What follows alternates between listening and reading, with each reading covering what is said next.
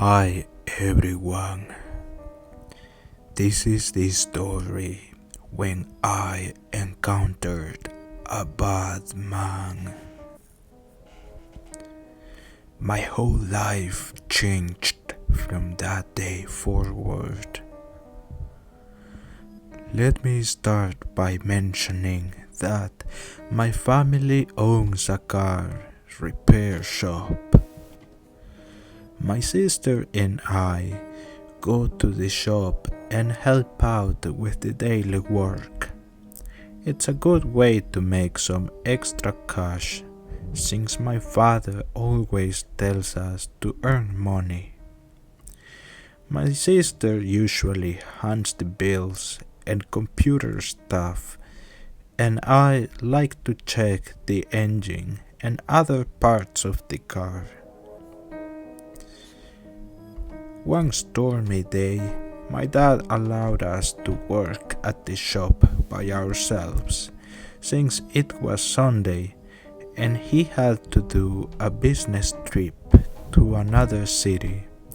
So he gave the other workers the day off, thinking it was going to be a slow day anyways. Now keep in mind that my sister was 15 and I was 18 years old at the time. Saying that, it was just as father said.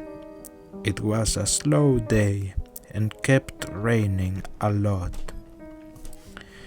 So I decided to do some coding since I was in college for computer science. I was working on making an AI that computers could use to control cars from afar. As I was doing that, my sister decided to watch some TV. It was evening already, and we still were at the shop. It kept raining a lot. TV news was getting interesting because they were reporting about a guy that escaped from prison. The lady reporter was mentioning the man on his 40s went to prison for rape and murder. He was extremely dangerous and killed some officers as he was escaping. So far, it is known that he stole a police office vehicle and he was likely to carry a weapon. Truly scary now that I think about it. But as naive as we were back then, my sister and I felt excited because of the thrill of something to happen in a city where usually every day is the same. It was 6:20 p.m. now, and I decided to close the shop, but at that moment, I noticed that a police car was parked right outside. A male officer in his 40s got out of the vehicle and asked if we could change the tires of the car. I was going to tell the officer that we were closed, but I remembered the words Dad always said. Always help the police.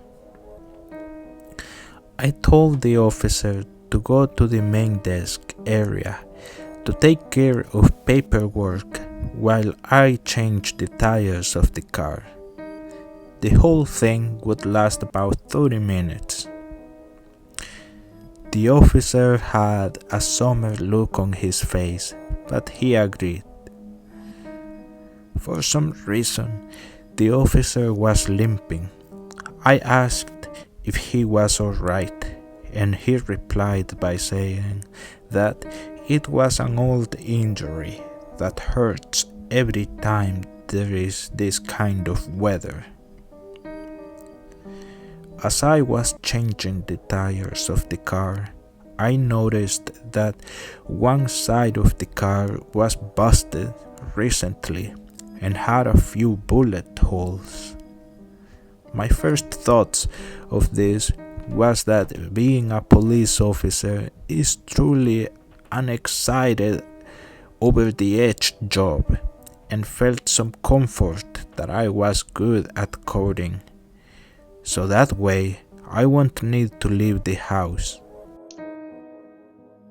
Anyways, as I was contemplating the exciting life police officers have, I started to think on the news we were watching a few minutes ago.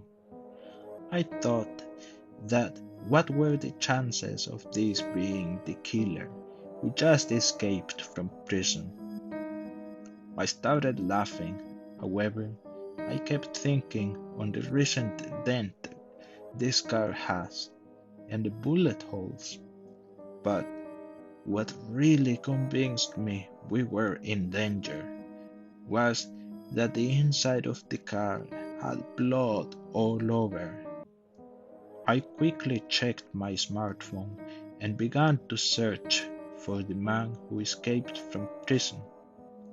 I couldn't believe what I was looking at. The image of the man who escaped was the same as the officer at our shop. Those somber eyes looking at me as if they were hunting me. My heart started pounding over and over. I was afraid because it's 10 minutes already and that man went to my sister's office. I quickly took one of my tools and there he was. He was trying to hurt my sister. I immediately snuck up on him and hit him on the head over and over with all my strength until he stopped moving. I asked my sister if she was okay, and although terrified, she managed to compose herself. I approached the man and realized that he was still breathing. I took my smartphone and called 911. Now that help is on its way, I explained to my little sister that this man was not a cop, but the guy who escaped out of prison. The police arrived in minutes and recognized him. They took us to make a statement. After that, it took my sister and I months of therapy to go to the car shop and kept going with our daily lives to feel safe because you never know what would happen. If you are wondering what happened to the man, they said that he went back to prison under extra security. Doctors say that he lost his memory from the hit on the head I made, and they don't know if it will be permanent loss of memory. Now, I will always be thinking if he'll ever get his memory back and plan some other prison break to get his revenge. Anyways, that's my story. Be safe out there. You never know. Don't forget to like and subscribe for more creepy stories like this.